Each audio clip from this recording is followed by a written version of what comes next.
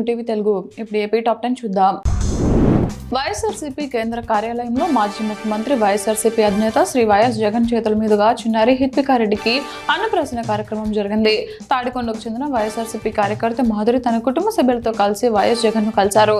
తమ చిన్నారికి ఆయన చేతుల మీదుగా అన్నప్రాసన చేయాలని కోరగా వారి అభ్యర్థనను మన్నించిన వైఎస్ జగన్ చిన్నారి హిత్వికారెడ్డిని ఆప్యాయంగా దగ్గరకు తీసుకుని లాలించారు.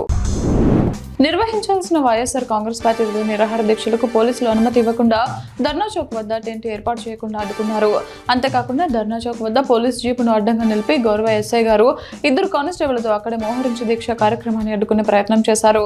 ప్రజాస్వామ్యబద్ధంగా చేపట్టిన నిరసన కార్యక్రమాలను అడ్డుకోవడం ప్రజాస్వామ్య స్ఫూర్తికి విరుద్ధమని వైఎస్ఆర్ కాంగ్రెస్ పార్టీ నాయకులు ఆందోళన వ్యక్తం చేశారు.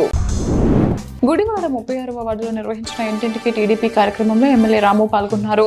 నాగవరప్పాడు ఎన్టీఆర్ విగ్రహానికి నివాళులు అర్పించిన అనంతరం కాలువగట్టు రోడ్డు, వాసవినగర్ పరిసర ప్రాంతాల్లో ఇంటింటికి తిరుగుతూ ప్రజలను ఆత్మీయంగా పలకరించారు. వైఎస్ జగన్ దిశ చట్టం ద్వారా మహిళల భద్రతకు శ్రీకారం చుడితే ఇప్పుడు ఆ చట్టాన్ని కలరాస్తున్నందుకు కూటమి నేతలు సిగ్గుపడాలి. మహిళల భద్రతను గాలికి వదిలేసి ఇష్టారీతను వ్యవహరిస్తున్న కూటమి నేతల కూసాలు కదిలిపోయే రోజులు దగ్గరలోనే ఉన్నాయి.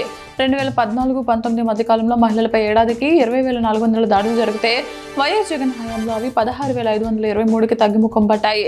దీన్ని బట్టే దిశ చట్టం పనితీరును మనం అర్థం చేసుకోవచ్చు అని వైఎస్ఆర్సీపీ రాష్ట్ర అధికార ప్రతినిధి బండి పుణ్యశీల అన్నారు.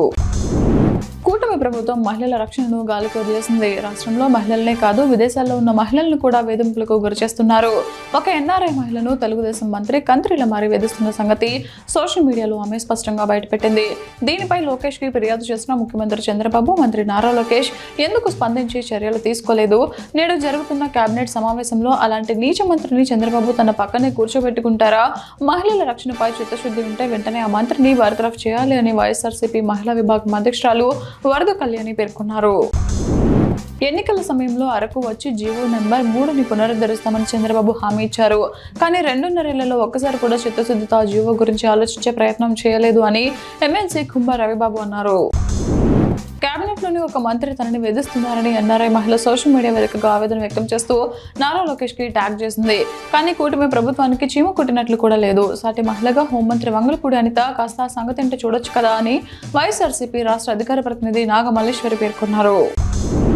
వైఎస్ జగన్ తీసుకొచ్చిన దిశ చట్టం నిర్వీర్యంతో మహిళల భద్రతపై ఈ కూటమి ప్రభుత్వానికి ఉన్న శ్రద్ధ ఏంటో అర్థమవుతోంది. ఈ చట్టం నిర్వీర్యం ద్వారా పేటరేగిపోతున్న మృగాలకు అవకాశం ఇస్తూనే బాధిత మహిళల మనోధైర్యాన్ని దెబ్బతీస్తున్నారు.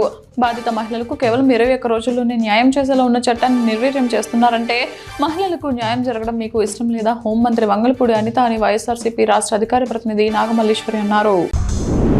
దేవరపల్లిలో వైఎస్ జగన్ పర్యటన సందర్భంగా లక్ష్మీ హోటల్ ధ్వంసం అయిపోయిందంటూ టీడీపీ నేతలతో కలిసి ఎల్లో మీడియా తప్పుడు ప్రచారం చేసింది. కానీ తనకు నష్టం జరగలేదని, తాను కూడా వైఎస్ జగన్ అభిమానిని అని స్వయంగా లక్ష్మీ చెప్తున్నారు.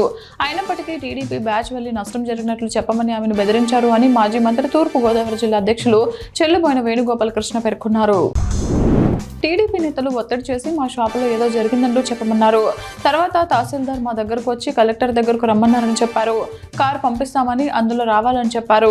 మాకు భయం వేసింది. జగన్ హయాంలో మాకు ఇంటి స్థలాలు వచ్చాయి.